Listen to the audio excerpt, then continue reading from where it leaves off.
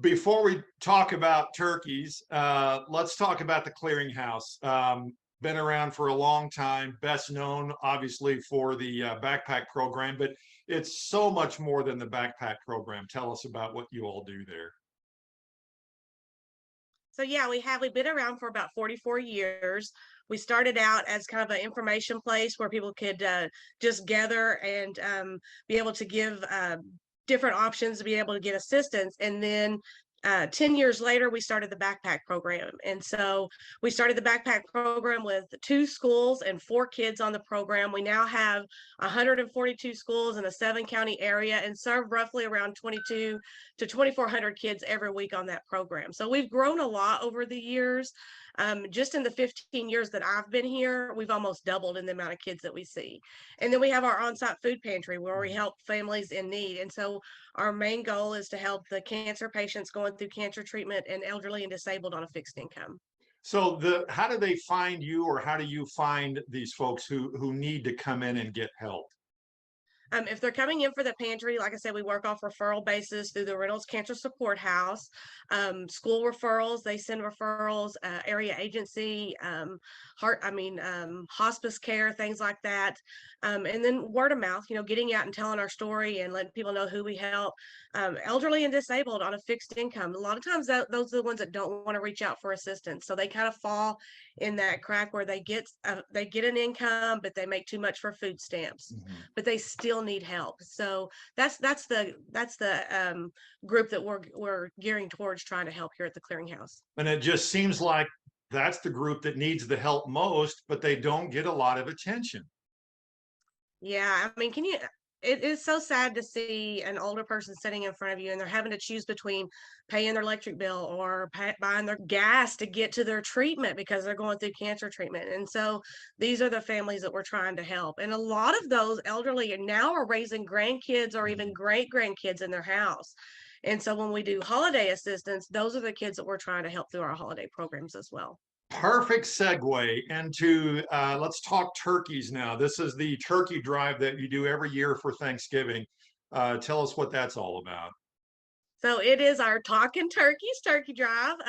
We do videos all month long. We usually get started the last week of October and really push the month of November. Our goal this year was 400. Here we are, like 3 weeks before Thanksgiving, and we're not even halfway there. Not even halfway there. And I know turkeys are higher this year. They keep talking about shortages last year and this year, but we were able to meet our goal last year, and I still think we could do that this year. For the last 5 years, our community has been, our holiday program has been totally community supported. That means no money from the Clearinghouse budget has had to pay for anything in the Thanksgiving and Christmas. And so we just need our community to step up again this year and help us. We're doing the turkey drive all the way up through November. You can drop it off here. You can call us. I mean, however you want to get them here, businesses, churches, however you want to do that. So if you if you work or if you're a member of a church, you work in a business, you want to pool money together, go out and buy several of these. That seems like that's a good idea. Yeah, we have a couple of different places. ArcBest, they're doing a challenge inside their divisions. And so it's what division or department can raise the most. So different things like that.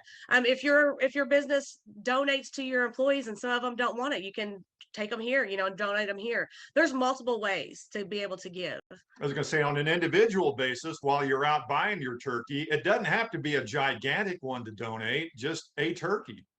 Yeah, I mean, a lot of ours, like I said, are elderly, so they don't want that, 20-pound turkey. They need a smaller turkey. So, yeah, if you can pick one up, one extra while you're out doing your shopping and drop it off. We're here Monday through Friday from 8 to 4. You just call us when you get in the parking lot. We'll come out to your car and pick it up. There's a lot of families in need, and the way inflation and gas prices and all that is hitting everybody right now, it's putting a crunch on everybody, and we see more people hurting. And I know they're talking about raises for Social Security, but that's not helping them right now. You mentioned the Thanksgiving and through the holidays, it's all community supported. How has that gone over the last several years? Well, when I first started, it was kind of a match program where, like if you made a donation, the Clearinghouse matched, and we were able to sponsor. And like I said, in the last 5 years, we've not done that. We've been able to get it completely sponsored. Last year, we did over 300 families at Thanksgiving. We did 200 families at Christmas, all food, complete holiday food boxes. We did over 300 kids for Christmas. And I'm not talking just one present for them to open. They get Christmas and they get to come pick it up before the holidays and get it underneath their tree. I think every child should wake up on Christmas morning and get to feel that magic of Santa or their family give it to them, however the family wants to do it. So we have it wrapped in big black trash bags for them to come pick up and stick underneath the tree. It's an amazing, we don't get to see the kids' face, but to hear some of them after they come back and talk about the kids, and to be a fly on the wall on Christmas morning in some of these households, I would love it. All right, Tami, thank you so much. Best of luck with a turkey drive. I think you'll hit 400. I sure hope so.